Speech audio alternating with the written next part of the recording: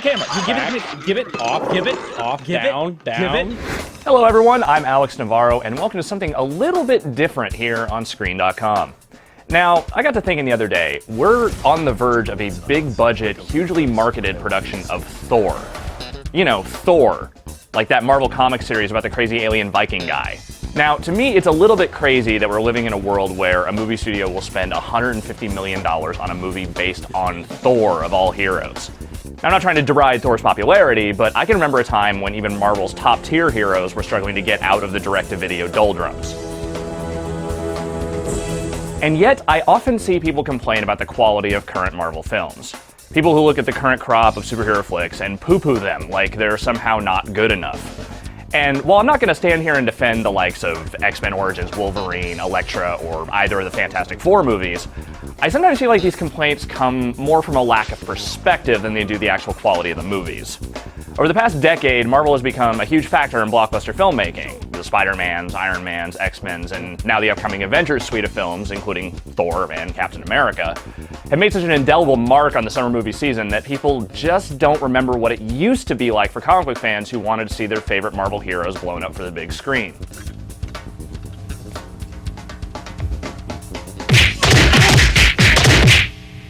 What am I supposed to do with these guys? Talk to them. You've got a captive audience. We'll be back in 10 minutes. So, in order to drop a little perspective on your asses, I'm going to take you through a quick tour through the hellish wasteland that was Marvel movie making prior to the current period of magical, expensive quality that we've grown ever so accustomed to. Those with sensitive stomachs, I implore you to look away. The horror, it's just too horrible. Now, I'm not going to try and be all-encompassing here. Marvel's been licensing its properties for various movie and TV productions for decades now, going all the way back to the 70s and various TV movies for Amazing Spider-Man, Doctor Strange, and the Hulk, the latter of which, of course, became the fantastic Hulk TV series with Lou Ferrigno and Bill Bixby. My rage. Don't make me angry. You wouldn't like me when I'm angry. Then things died off for a good long while, until the late 80s when Marvel movies began popping up in increasingly chintzy fashion. Unless you count the Howard the Duck movie, which I do not.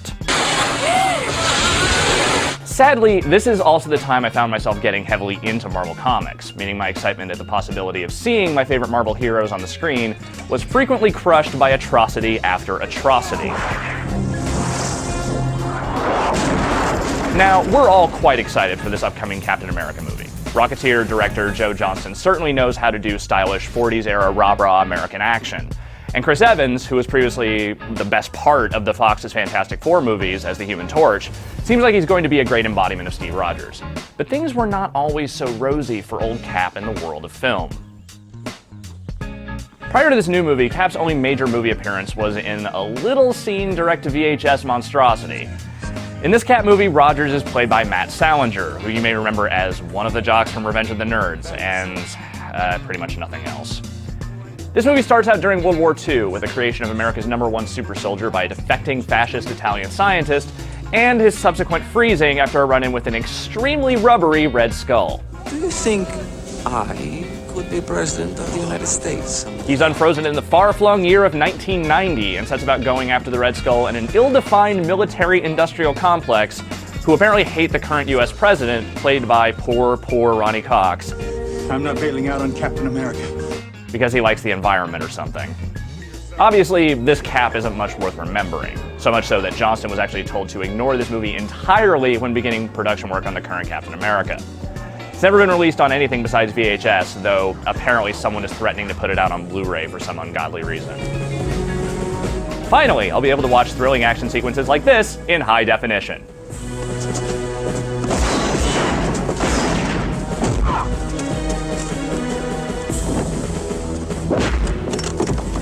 Another thing pertaining to the current Avengers suite that I occasionally see grumblings about on the various internet forums is Nick Fury. Specifically, unkind words toward the proliferation of Nick Fury throughout some of these current movies. And some just don't seem to really like the whole Avengers tie-in, but also some people also not to really like Samuel L. Jackson's riff on the character. I'm here to talk to you about the Avenger Initiative. Admittedly, Jackson's Nick Fury is pretty much just Samuel L. Jackson with an eye patch. But if you find his portrayal problematic, then maybe you'll be all turned around on the subject when you see what Nick Fury looked like the last time Hollywood got a hold of him. We're okay. I always knew he would be. In 1998, right around the same time Marvel movies were beginning to rise from the ashes of unchecked mediocrity, thanks in no small part to the surprise success of Blade, some assholes decided to produce and release Nick Fury, Agent of S.H.I.E.L.D., with, of all fucking people, David Hasselhoff as the Furious One himself. Now, I know what you're thinking. What the hell? Yeah. No, seriously, yeah. What? In this hysterical train wreck, Hoff's Fury is long retired from the espionage world, taking the long bouts of grizzled cigar smoking in the mountains or something. That is until evil organization Hydra rises up, threatening to destroy New York with some kind of virus. These totally not Nazis are evil and stuff, and only Nick Fury can save the day. Except, he don't wanna. Not at least until Lisa Rinna's La Contessa Valentina Allegra de la Fontaine. That's a real character in the comics, by the way. Anyway, that is until she comes calling, begging Nick Fury for help. Agent of S.H.I.E.L.D. is, if at all, worth watching. Only so for watching David Hasselhoff take long, savoring bites out of every piece of scenery he makes eye contact with. 20 minutes of Viper's deadline. Go on, get out of here. The Hoff is a bad actor, we know this. But him trying to be a hard-ass tough guy is something just close to sublime comedy. Even as Michael Knight, Hoff was less a super tough guy and more kind of a slick, cool guy who needed his car to rescue him from time to time. In Baywatch, he was way more chest hair than actual demonstrable toughness. By the time he became a pop star in Germany, whatever modicum of toughness he might have had, long since disappeared in a cloud of barely buttoned shirts and techno-pop beats. Him as Nick Fury is just inscrutable. You forgot one. Attempted grievous bodily harm. How was that for diminished motor coordination? But what of the classic franchises? The ones that Marvel has already delved into multiple times over? One of the biggest is undoubtedly X-Men, which spawned 2 great movies, a sorta okay third one, and the terrible, terrible Wolverine offshoot. But before Bryan Singer got his hands on X-Men and made it something kinda awesome, Fox had previously dabbled with the license via the TV, albeit in a fairly bizarre way. In 1996, Fox released Generation X, a TV movie that was, at least theoretically, supposed to launch a TV series about young mutants coming up in the X-verse. X-Men comics were huge at this point, as was the Fox animated series based on the property, so creating a live-action show actually seemed like kind of a genius move at the time. At least it seemed that way until you laid eyes on the final product. I cosmically shit my fucking pants. In this version of Generation X, young mutants such as Mondo, Skin, and inexplicably not Asian Jubilee are shepherded into the world of having totally bitchin' powers that everyone hates you for by Banshee and the White Queen, who, as portrayed by Finola Hughes, might be the most hilariously awful thing ever to be in an X-Men anything. The costume, the acting, God! Wake up, lover. I'm even better in real life. Apart from his dilapidated special effects and cadre of miserable young actors, Generation X is perhaps most noteworthy for its bizarre, created-for-the-show villain, played by Max Headroom itself, Matt Frewer. He's some kind of evil scientist who wants to, steal mutant brains to help him develop psychic powers. So yeah, okay, that's pretty stupid, but what's even crazier is Frewer's performance, in which he seems to be channeling Jim Carrey's version of the Riddler while mainlining cocaine between shoots. Unhinged barely describes this performance. You said the same thing about my other ideas 4 years ago, but everything I said I could do, I've done. And now you're a cha-ching millionaire. From the unhinged to the overly hinged, we move to 1989 and one of Hollywood's very first real attempts at making a damn movie out of one of Marvel's heroes. Or in this case, anti-heroes. Back in '89, crappy studio New World Pictures released, again, direct-to-video, The Punisher, starring perennial 80s B-tier tough dude Dolph Lundgren.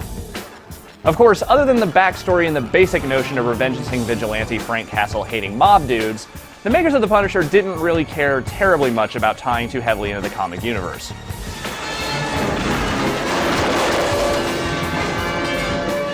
Lundgren's Punisher finds himself in a bit of an awkward situation when the children of mobsters are taken hostage by Lady Tanaka, a Yakuza boss who dresses up like a sorta geisha for some reason and wants to take over crime in America from the Italian mob.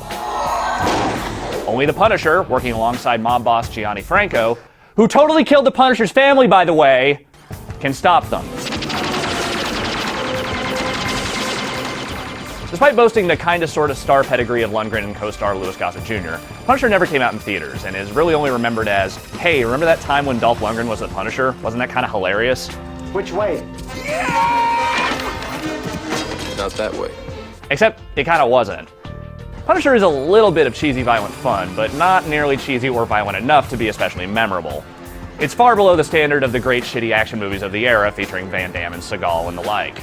But it's maybe like a slight cut above like late Chuck Norris and anything featuring Michael Dudikoff. I know that many aren't terribly fond of either of the more recent Punisher movies, but I have an honest affection for the slightly more self-serious yet entirely decent Thomas Jane movie, and while Warzone is kind of a disaster, it's a hilarious disaster. Lundgren's Punisher tonally sits somewhere between the two, but with about a 36th of either of the later movies' production values. Diving all the way down to the bottom of the rabbit hole of terrible, we get to the creme de la crap, the very worst example of all very worst examples of how bad Marvel properties were abused back in the day. In the early 90s, production rights to the major Marvel property Fantastic Four were owned by producer Bernd Eichinger. But by 1992, the rights were about to revert back to Marvel. In order to keep his rights, he had to produce an actual movie. In order to get a movie into production as quickly and cheaply as possible, Eichinger reached out to the ultimate Hollywood schlockmeister, Roger Corman. Corman, notorious for making fantastic junk on the cheap, see Caged Heat, Rock and Roll High School, Death Race 2000, and, I don't know, Attack of the Crab Monsters. He helped Eichinger get a Fantastic Four movie made for minimal dollars. And the resulting film is like some kind of Fantastic Museum exhibit of terrible, terrible filmmaking. Future, my friend.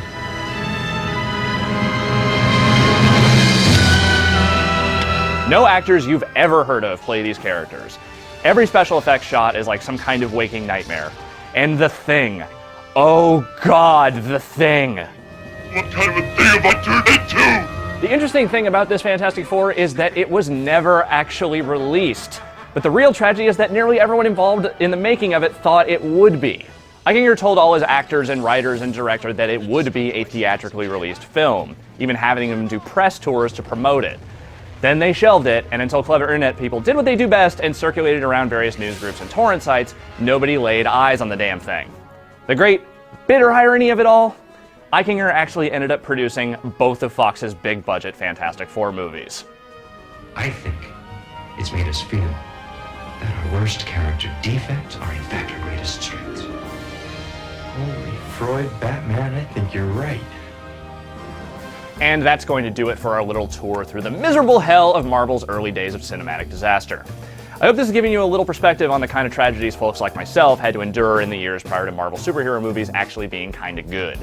Sure, Marvel Studios has produced some lousy movies in the last decade, but no matter how bad things might get in the coming years, we can at least rest comfortably knowing that the odds of another Roger Corman Fantastic Four or David Hasselhoff Nick Fury are unlikely to ever come to pass. Flame on.